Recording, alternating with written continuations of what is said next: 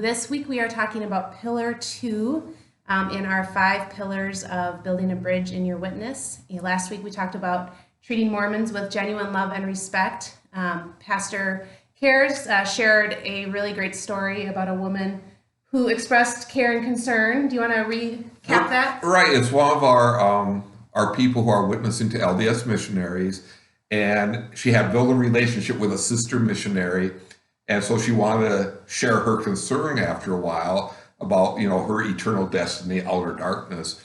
And so she shared that, and then the sister missionary started crying, which is, natural, but then she said that was the most loving thing anybody has ever told me.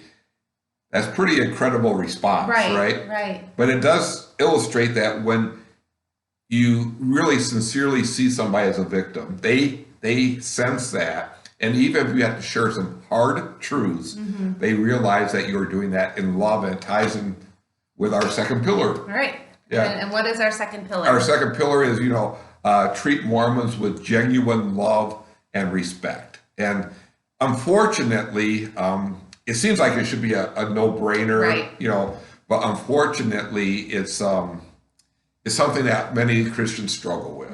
Many Christians struggle with being loving and respectful to Mormons. Instead, they treat them rudely.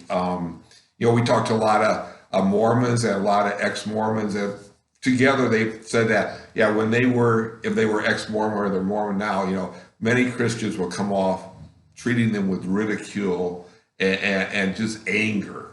Yeah. And I think it's really a knee-jerk reaction. It's just, this is kind of how we just automatically think, for two reasons.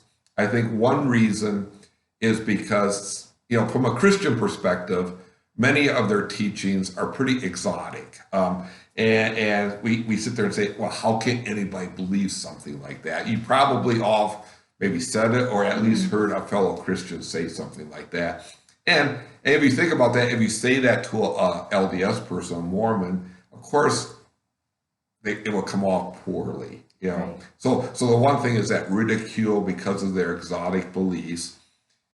The second thing is maybe anger, because yes, they are teaching falsely. They are saying false things, and especially when they're saying false things about Jesus, we don't like it. Right. We don't like it. We don't like our Savior being taught that way. And therefore, we immediately, again, I think a knee-jerk reaction, respond angrily to their false teaching. But the problem with that is it's a short-term loss, in the sense of, short-term loss is when, because they can't really witness anymore. The LDS person will just close. There's a barrier's been put up. You put up a barrier. Yeah. And then I think the long-term loss is probably even more significant, is when an LDS person might be just maybe searching about and having questions about their faith. They won't go to look at Christianity because they had bad experiences with Christians. Right. And I think that's why so many people who leave the LDS church become agnostic, because they had no good experiences with Christians, so that they don't even explore Christianity. Right. And so this is really, really, really important that we treat Mormons with love and respect. Yeah. And this is such a big topic that, on Thursday, we're going to be sending out an email update talking about the difference between being contentious and contending, because that's a common thing that Mormons will say, you're being contentious. And yeah, sometimes we are, but sometimes we aren't.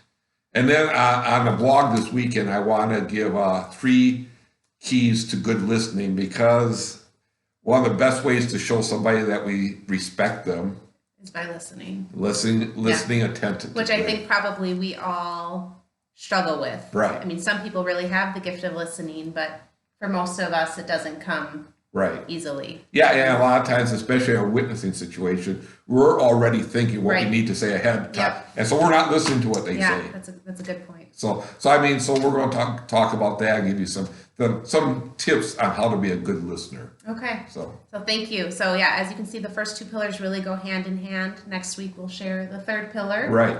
And so keep an eye out for that blog this weekend. And If you're on our email list, you'll be getting that email about contentious or contending. And so, and I could probably post the link to that Right. too. That would be So, good. all right. Have a great rest of your week. Yeah. And thank you again. Thanks for putting up with us with our audio problems. Yeah. Again, continue to give us that feedback. And if there are witnessing tips you would like to see us share in the future, comment below or send us a message. All right. Thanks. Bye. Bye.